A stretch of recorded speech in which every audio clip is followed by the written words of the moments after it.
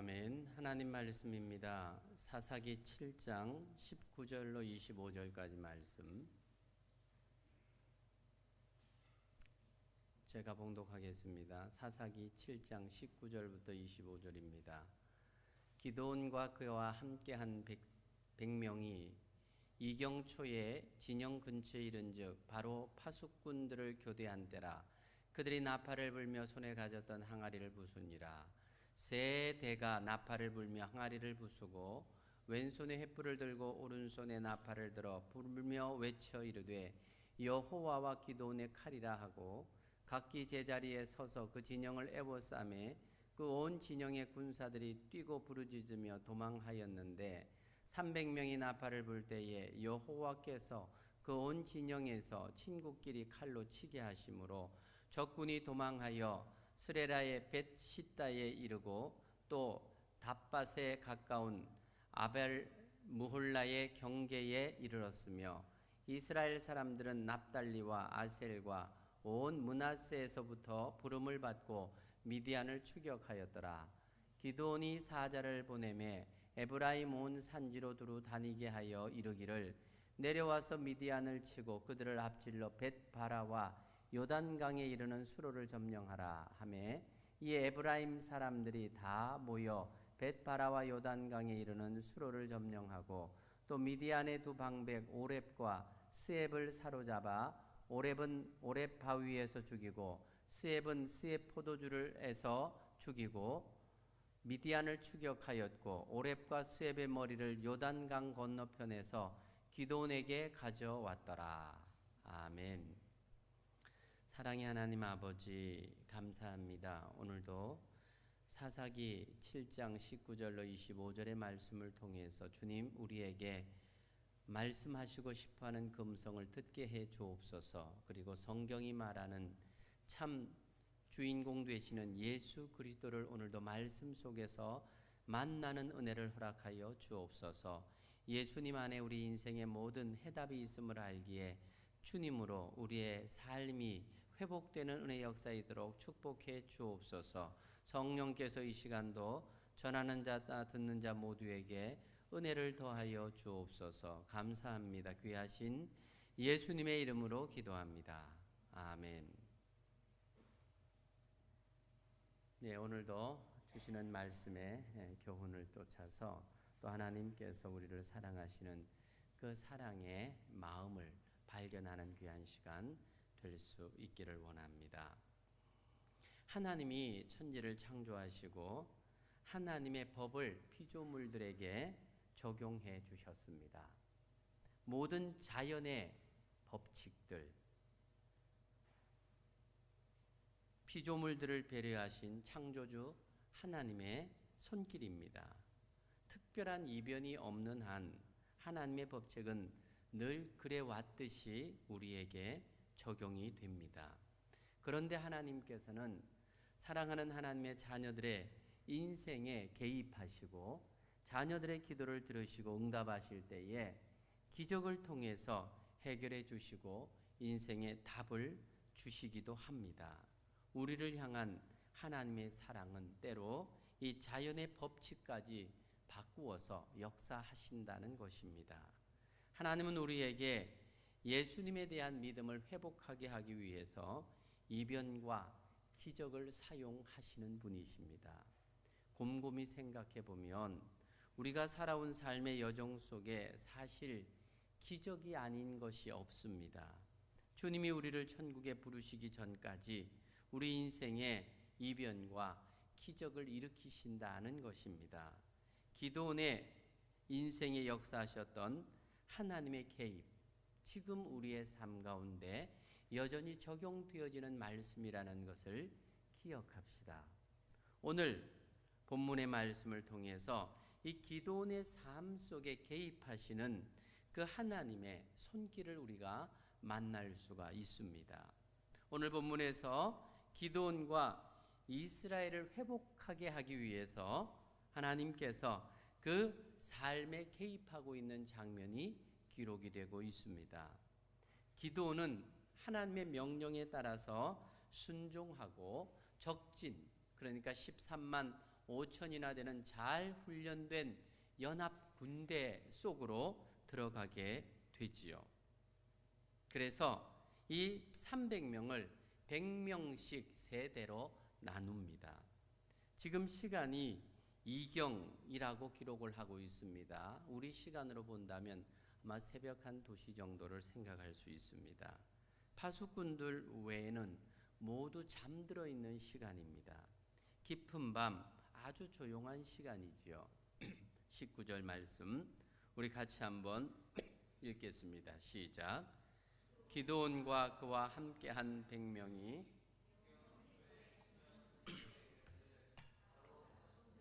교대한 때라 그들이 나팔을 불며 손에 가졌던 항아리를 부수니라. 그러니까 그 깊은 밤 조용한 시간에 약 한 300명이 동시에 나팔을 불면서 항아리를 깨트린 겁니다. 그리고 300개의 횃불이 동시에 칠흑 같은 어둠을 밝히게 됩니다. 그리고는 외치는 소리가 들립니다. 여호와의 칼이라, 기드온의 칼이라. 300명이 조용한 밤의 침묵을 깨고 경적을 울려대고 있습니다. 갑자기 나팔 소리가 밤의 정적을 깨트린 겁니다.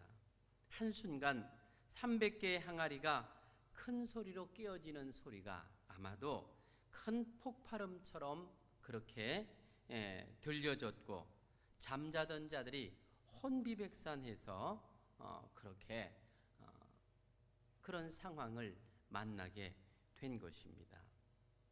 갑작스러운 소리에 놀라 막사를 놔보니까 어떻습니까? 주변에 불빛이 있습니다. 그 불빛과 함께 소리가 들리는 겁니다. 여호와의 칼이라, 기드온의 칼이라. 전혀 예상치 못한 소리입니다. 20절 말씀 같이 계속 읽겠습니다. 시작. 왼손에 횃불을 들고 오른손에 나팔을 들어 불며 외쳐 이르되 여호와와 기드온의 칼이라. 막사에서 놀라 뛰어나온 미디안 연합군의 군인들이 그들의 실상이 21절과 22절에 기록이 되고 있습니다. 계속해서 우리가 한번 읽어보도록 하겠습니다. 시작. 각기 제자리에 서서 그 진영을 에워싸매 그 온 진영의 군사들이 뛰고 부르짖으며 도망하였는데 300명이 나팔을 불 때에 여호와께서 그 온 진영에서 친구끼리 칼로 치게 하심으로 적군이 도망하여 스레라의 벳시다에 이르고 또 답밭에 가까운 아벨무홀라의 경계에 이르렀으며. 아닌 밤중에 홍두깨라는 말을 들어보신 적이 있지요.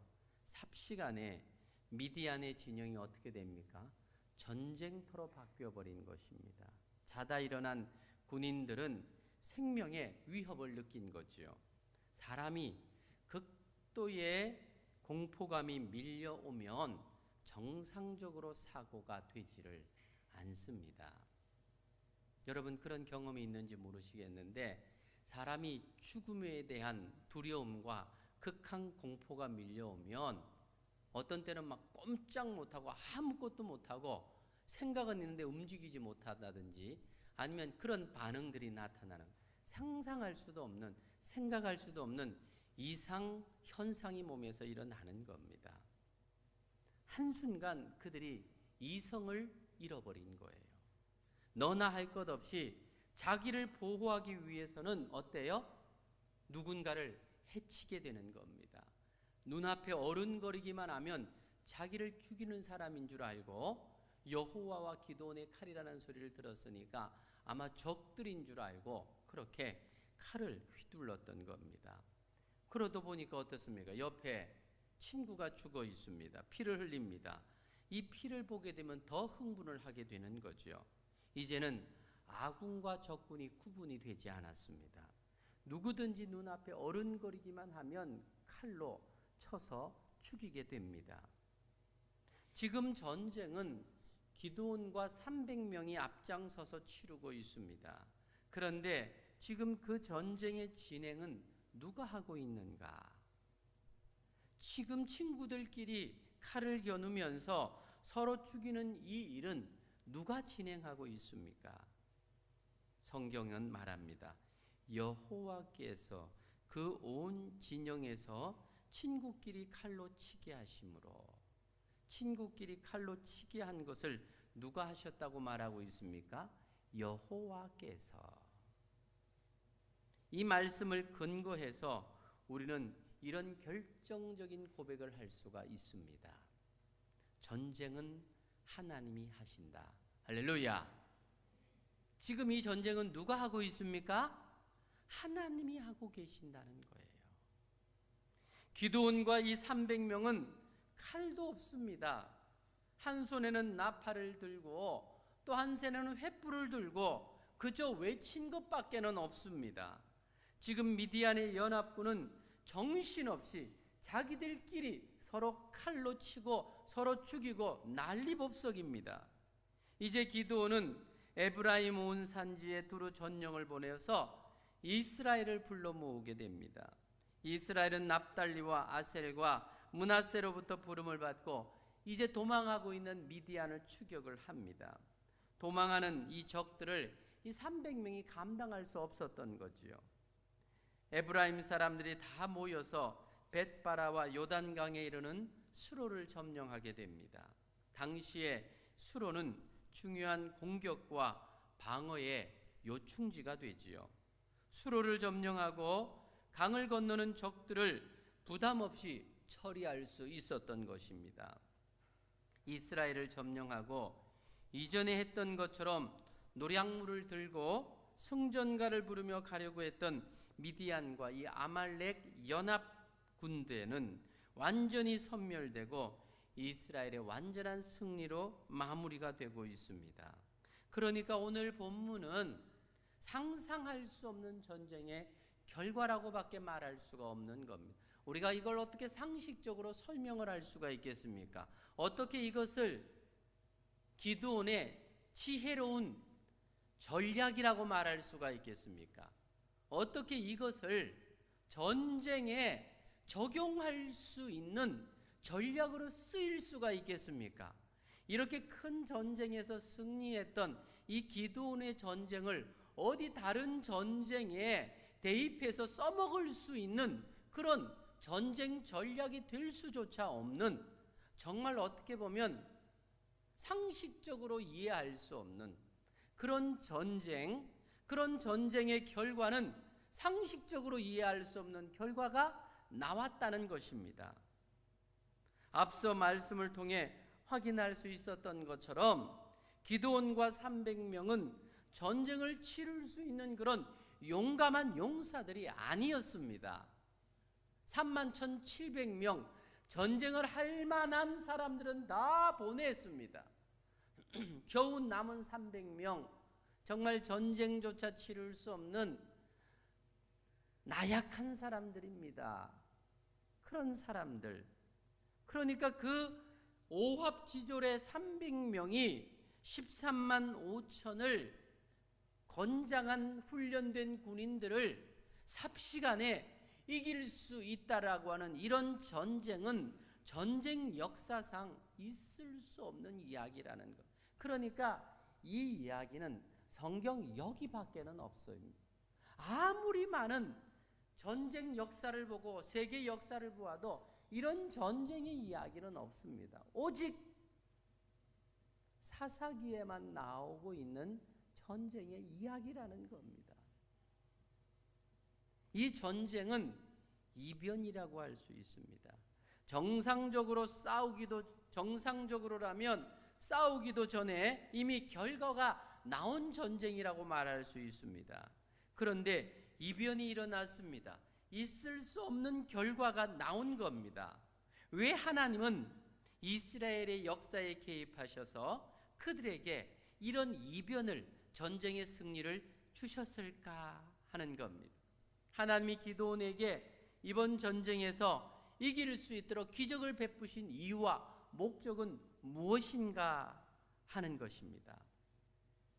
이전에 7년 동안도 많은 기회가 있었지만 계속 당하기만 하셨는데 왜 하필 지금 이렇게 기도원을 통해서 하나님께서 이런 역사를 하셨던가 하는 겁니다. 이런 일은 아마 전에도 하시려고 했으면 충분히 하실 수 있었는데 왜 지금 이 순간에 일을 하고 있는가 하는 겁니다. 하나님이 인간 역사에 개입하셔서 기적을 베푸시는 이유는 단 한 가지입니다. 하나님은 그 백성을 하나님의 사람으로 회복하게 하기 위해서입니다. 하나님이 기드온을 큰 용사라고 칭하면서 그를 부르실 때에 기드온의 반응이 어떠했는지 우리는 이미 알고 있지 않습니까? 사사기 6장 13절에 보십시오. 기드온이 그에게 대답하되 오 나의 주여 여호와께서 우리와 함께 계시면 어찌하여 이 모든 일이 우리에게 일어났나이까? 또 우리 조상들이 일찍이 우리에게 이르기를 여호와께서 우리를 애굽에서 올라오게 하신 것이 아니냐 한 그 모든 이적이 어디 있나이까? 이제 여호와께서 우리를 버리사 미디안의 손에 우리를 넘겨주셨나이다 하니, 그러니까 하나님께서 이 기드온을 불렀을 때에 기드온의 반응이 이랬다는 겁니다. 하나님이 함께 하셨으면 어떻게 7년 동안 미디안에게 모든 것을 약탈당하게 하시고 지금 그 결과로 이런 궁핍과 곤란을 당하게 하시느냐는 겁니다. 우리 조상들과 함께 하셨던 그 하나님이 지금은 어디 계시냐는 겁니다. 기드온은 살아계신 하나님을 직접 만나보지를 못했습니다. 그러니 하나님이 그에게 이스라엘을 구원하라 하시는 말씀을 했을 때에 받아들일 수가 없었던 것이지요. 하나님이 이스라엘의 구원을 위해서 그를 보냈다고 하지만 현실적으로 그는 어떤 힘도 능력도 갖추지 못했습니다. 기드온은 자신에게 말씀하시는 하나님이 보이는 것이 아니라 자신이 처해 있는 현실만 보였습니다. 기드온은 하나님이 자신에게 하시는 명령이 현실과는 너무나 동떨어진 내용들로 들렸던 것입니다. 그래서 사사기 6장 14절로 16절의 내용을 보십시오. 여호와께서 그를 향하여 이르시되 너는 가서 이 너의 힘으로 이스라엘을 미디안의 손에서 구원하라. 내가 너를 보낸 것이 아니냐 하시니라. 그러나 기드온이 그에게 대답하되 오 주여 내가 무엇으로 이스라엘을 구원하리이까? 보소서 나의 집은 므낫세 중에 극히 약하고 나는 내 아버지 집에서 가장 작은 자니이다 하니 여호와께서 그에게 이르되 내가 반드시 너와 함께하리니 네가 미디안 사람 치기를 한 사람 치듯 하리라 하니라. 하나님은 이런 기드온을 하나님의 사람으로 회복시키기를 원하셨기 때문에 기드온에게 하나님의 능력을 입혀주고 있는 것입니다. 하나님이 기드온을 하나님의 용사로 회복시키기 위한 과정이 사사기 6장과 7장에 기록되고 있는 내용입니다. 인간의 상식으로는 지금 이 기드온이 가지고 있는 하나님에 대한 불신앙을 치유할 수가 없었습니다. 그래서 하나님은 기드온에게 기적을 베푸시고 있는 겁니다. 하나님은 기드온에게 이 전쟁이 하나님이 하시는 전쟁이라는 것을 하나하나 인정하게끔 만들어가고 계시는 것입니다. 오늘 본문의 사건은 드디어 하나님께서 기드온에게 기적을 베풀어 주심으로 기드온을 여호와의 사자로 회복시켜주고 있는 현장인 것입니다. 상식을 넘어선 기적과 이적의 사건, 결국 기드온을 하나님의 자녀로 굳게 세우시기 위한 하나님의 계획이었던 것입니다. 이렇게 하지 않으면 결코 기드온이 하나님께로 돌아오지 않을 것이라는 사실을 하나님은 너무나 잘 알고 있었기 때문에 그런 겁니다. 사실 우리의 삶 속에도 그렇습니다. 정말 하나님은 살아계셔서 우리와 함께 하신다는 이 말을 해도 믿지 않고 받아들이지 않는 아주 강팍한 심령의 사람들이 있습니다. 그럴 때 하나님이 쓰시는 방법이 무엇입니까? 때로는 건강을 치시기도 하고, 때로는 가족을 치시기도 하고, 때로는 사업을, 물질을 치시기도 합니다. 그래서 두 손 두 발 다 들고 이제는 할 수 없다라고 그렇게 고백하게 만들고 난 다음에 그 다음에 하나님께서 하나하나 당신의 전능하심을 보여주시고 풀어주심으로 정말 하나님은 살아계시는구나, 그렇게 고백하는 내용들, 바로 그것이 많은 사람들이 하는 간증을 통해서 확인되어지는 내용들 아닙니까? 기도원에게 나타나는 이 기적의 사건은 이 땅의 가장 큰 이변이요 기적의 사건인 하나님의 아들이 인간의 몸을 입고 이 땅에 오신 성육식 사건의 모형이라고 할 수가 있습니다. 성육신, 인간의 몸을 입고 오셨다 하는 것, 하나님께서 인간의 역사 속으로 들어와 인간의 역사에 개입하는 사건, 바로 그것이 성육신 사건입니다.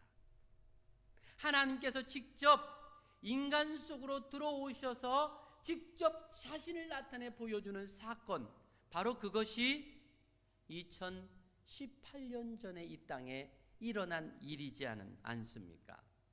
영어로 역사가 뭐지요? 히스토리라고 합니다. 히스토리, 곰곰이 생각해 보면 무슨 뜻인지 알 수 있습니다. 히스토리, 그에 대한 이야기입니다. 그의 이야기, 히스토리. 역사는 그에 대한 이야기입니다. 그분이 누굽니까? 바로 이 땅의 성육신에서 하나님의 아들 당신께서 이 땅에 오신 그분의 이야기가 역사입니다. 그렇기 때문에 역사는 예수 그리스도를 중심으로 BC와 AD로 나뉩니다. BC가 뭡니까? Before Christ, 예수님 이전의 역사입니다. AD가 뭡니까? 아노 도미니, 라틴어입니다. 예수님 이후의 삶이라, 역사라는 겁니다. 그래서 지금 2018년이라는 말이 무슨 말입니까? 예수님께서 이 땅에 오시고 2018년이 지났다, 그 말입니다. 그러니까 역사는 히스토리입니다. 그분의 이야기입니다. 즉 예수님께서 인간의 역사 속으로 인간의 몸을 입고 이 땅에 오시는 기적을 보이신 겁니다. 왜 그러실까? 죄로 말미암아 하나님과의 관계가 깨어진 죄인된 우리를 하나님과의 관계를 회복하기 위해서 성육신의 기적을 나타내 보여주신 것입니다. 우리에게 일어난 가장 큰 기적이 무엇입니까? 전능하신 창조주 하나님께서 인간의 몸을 입고 여인의 몸을 빌려서 인자로 태어나신 것보다 더 큰 기적은 이 땅 위에 없습니다. 죄인이 예수 그리스도의 이름으로 구원받고 하나님께 영광을 돌리는 일만큼 더 큰 기적은 없습니다. 이 시간 죄인인 저와 여러분이 하나님을 예배하기 위해서 이 자리에 앉아 있다라고 하는 이것보다 더 큰 기적은 없는 줄로 믿습니다. 아멘. 전능하신 하나님이신 예수님이 죄인된 인간과 하나님과의 관계를 회복하게 하기 위해서 하나님이신 신성을 연약한 피조물의 육신에 숨기시고 인자로 이 땅에 오셨습니다. 예수님은 죄인된 인간을 하나님의 형상을 회복하게 하기 위해서 연약한 인간의 몸을 입고 이 땅에 오셨습니다. 죄로 멸망받아 마땅한 죄인들을 대신하여 친히 당신께서 십자가 죽음을 죽으셨습니다. 믿는 자에게 베푸시는 구원의 은총을 믿음으로 받도록 길을 열어주셨습니다. 우리가 죄로 말미암아 하나님과 원수되었던 그 자리에서 하나님의 자녀로 신분이 바뀌는 것은 오직 예수님이 우리를 위하여 이루신 기적으로만 가능한 겁니다. 주 예수를 믿으라. 그리하면 너와 내 집이 구원을 받으리라 말씀하시는 것처럼 예수님께서 죄인된 인간에게 주시고 싶어하는 회복은 우리에게서 하나님의 형상을 회복하는 그 일입니다. 인간은 하나님의 형상으로 만들어졌기 때문에 진정한 회복이라고 하는 것은 하나님의 형상이 우리 안에서 회복되는 그 일입니다. 본래 인간은 하나님이 처음 창조하셨을 때에 가장 높은 자존감으로 하나님의 아들의 위치에 있었습니다. 다른 어떤 피조물과는 비교할 수 없는 구분된 존재였습니다. 하나님이 인간을 만드시고 그 코에 생기를 불어넣으심으로 하나님 다음과는 지위를 주셨습니다. 인간은 하나님의 형상으로 지음받아 천사보다 더 나은 존재가 되어서 하나님을 대신하여 만물을 다스리는 권세를 주셨습니다. 하지만 인간의 타락으로 말미암아, 죄로 말미암아, 그리스도를 잊어버림으로 말미암아 하나님의 형상을 잃어버린 것입니다. 인간의 진정한 회복은 하나님의 형상이 우리 안에 회복되는 건데, 이 일은 예수 그리스도로만 가능해지는 일입니다. 그래서 고린도후서 5장 17절이 말하고 있습니다. 그런즉 그리스도 예수 안에 있으면 새로운 피조물이라, 이전 것은 지나갔으니 보라 새 것이 되었도다. 할렐루야. The old has gone, the new has come. 이전 것은 이제 다 지나갔습니다. 이제 새 것이 왔습니다. 이 뭡니까? 하나님의 형상이 내 안에 새롭게 주어졌다는 말입니다. 이것은 오직 예수 그리스도 안에 있으면, 예수 그리스도로만 가능합니다. 그러니까 이 성육신의 사건은 우리가 하나님과의 관계가 다시 회복되게 하기 위한, 새로운 피조물을 만들게 하기 위한 하나님의 특별한 기적의 역사라는 말입니다. 예수님은 누구든지 예수님의 이름을 부르는 자 모두에게 구원의 은혜를 베풀어 주시고 하나님의 자녀로 회복시켜 주시는 것입니다. 인간 속에 하나님의 형상이 회복되면 세상을 다스리는 힘이 주어집니다. 더 이상 세상의 조롱거리가 아니라 세상을 다스리는 능력자가 되는 것입니다. 예수 그리스도로 회복된 성도는 예수님으로 인생이 만나는 모든 수수께끼를 풀 수 있는 자가 되는 것입니다. 예수 그리스도로 회복된 영성은 모든 문제를, 우리가 만나는 모든 문제를 예수 그리스도로 풀 수 있는 답을 가지고 이 땅을 살아가게 되는 것입니다. 예수 그리스도로 우리 인생을 풀면 고난의 포장지 속에 숨겨있는 하나님의 회복의 축복을 받을 수가 있습니다. 예수 그리스도로 보면 환난과 고통 속에 바구니에 담겨있는 하나님의 축복을 꺼내볼 수가 있는 것입니다. 사랑하는 성도 여러분, 오늘도 예수님은 저와 여러분의 인생을 회복시키기 위해서 수많은 이변과 기적을 베풀어 주십니다.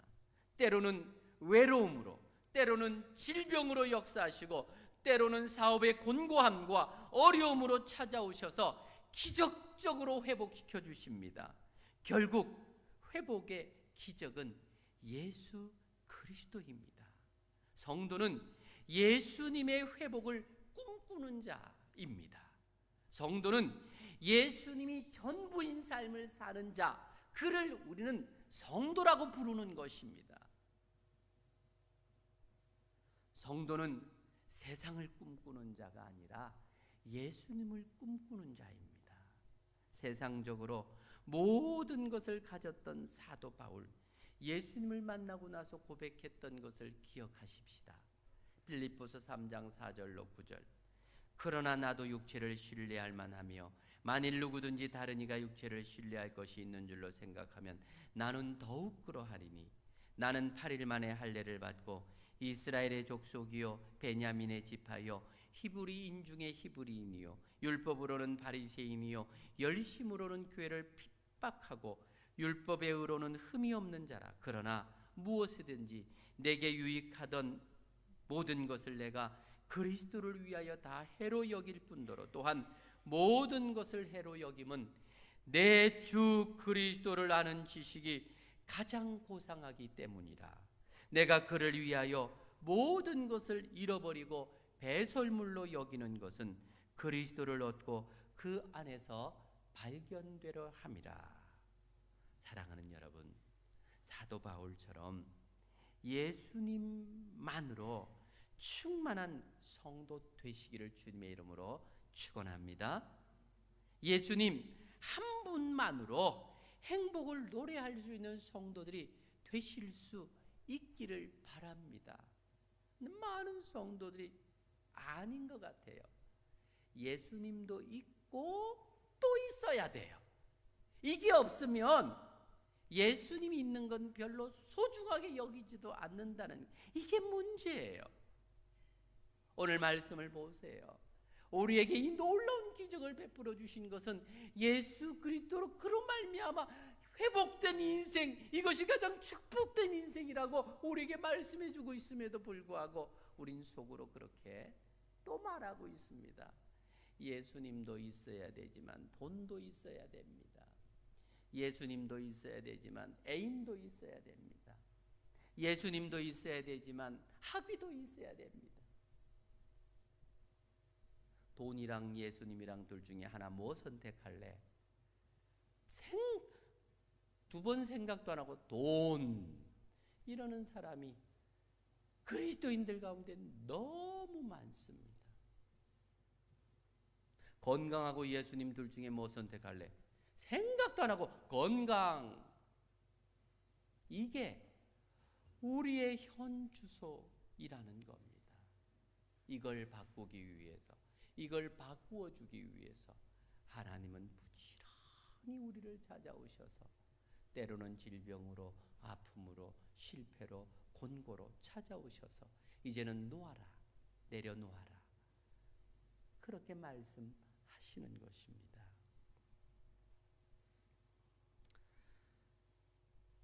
예수 그리스도로 충만하면 고린도후서 6장 8절로 10절에 고백을 하게 되는 겁니다.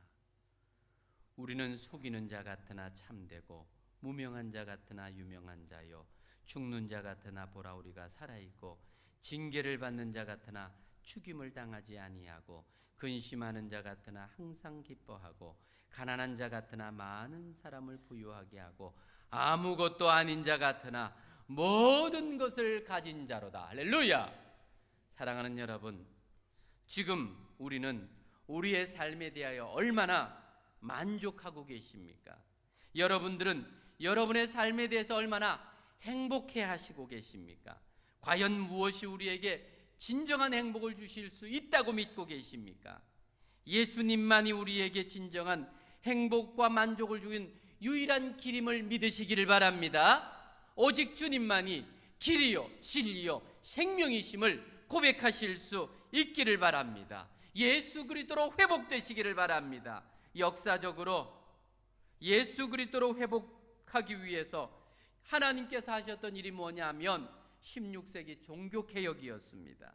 인간의 업적과 계명을 버리고 오직 예수 그리스도를 믿음으로 말미암아 주어지는 구원의 은총이 회복되게 하는 것이 바로 종교개혁의 핵심입니다. 예수님은 시대를 찾아오셔서 예수님께서 다시 주인 되심을 회복시키기 위해서 기적을 베풀어 주십니다.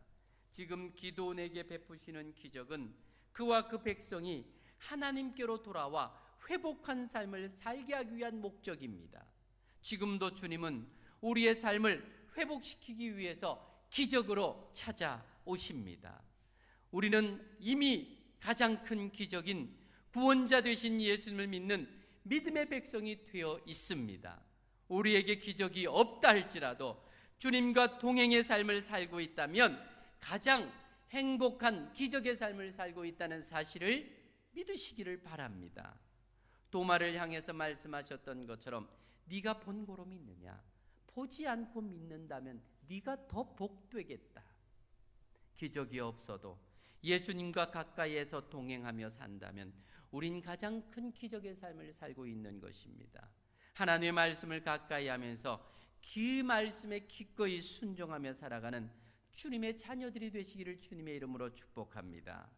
지난주에도 말씀을 드렸지만 신앙의 ABC는 다른 데 있지 않습니다. 오직 말씀과 기도입니다. 주님과 동행하는 삶의 가장 핵심은 말씀과 기도입니다. 이 두 가지 박해가 잘 돌아가야 우리는 행복한 기적의 삶을 영위하며 살 수 있습니다. 이 둘 중에 하나라도 작아지면, 바퀴가 달라지면 삐그덕거리는 거예요. 이 바퀴가 작으면 작은 돌부리에도 걸리는 거예요. 하지만 이 바퀴가 크면, 기도와 말씀의 바퀴가 크면요, 작은 돌부리는 휙휙 그냥 지나가게 되는 겁니다. 매일 밥을 먹어야 우리 육신이 움직일 수 있는 것처럼 적어도 성도라면 30분 이상은 기도해야 됩니다. 적어도 성도라면 30분 이상은 성경 읽어야 됩니다. 지금 여러분들이 시간적으로 볼 때 30분도 기도하지 않고 있고 30분도 성경을 읽지 않고 있다면 여러분들은 지금 행복할 수 없는 거예요. 행복하고 싶어도 그럼에도 불구하고 행복하다면 여러분들은 가짜 행복에 도취되어 있는 겁니다. 다시 한번 권고합니다. 하나님께서 우리에게 베풀어 주고 싶어하는 이 큰 기적의 삶을 살기 원해서 여러분들에게 제안하는 거예요. 여러분, 매일의 일상의 삶 속에서 적어도 1시간, 30분은 기도와 30분은 말씀에 비워두십시오. 그래서 주님과 동행하는 삶을 살아가심으로 다시 한번 행복한 삶의 회복이 있기를 주님의 이름으로 축복합니다. 같이 한번 기도하기를 원합니다. 사랑하는 여러분, 오늘 주님께서 기도원에게 베풀어 주시는 이 기적 같은 전쟁의 승리를 통해서 정말 말씀하고 싶어하는 것이 무엇입니까? 하나님과의 관계가 회복되기를 원하시는 그 목적으로 이 전쟁의 승리를 주신 것입니다. 지금 우리에게 하나님께서 여러 가지 삶의 문제들을 주시는 이유가 무엇이겠습니까? 그 문제를 풀기 위해서 주님을 만나는 것이 아니라 그 문제로 찾아오시는 주님을 만나는, 그래야 우리가 진정한 인생의 행복이 거기에 발견되고 만나게 되어지는 것입니다. 여러분들은 어떻습니까? 주님과 동행하고 있습니까? 적어도 하루에 30분 기도하고 30분은 성경을 읽는 것이 어쩌면 세끼 밥 먹는 것만큼이나 너무 절박한 일들인데, 그렇게 하지 않으면서도 행복한 척 그렇게 살고 있지는 않습니까? 거짓 행복에 속아서는 안 됩니다. 다시 한번 우리의 신앙을 주님 안에서 회복할 수 있도록 이 시간 주신 말씀 기억하며 잠시 한번 기도합니다. 기도합시다.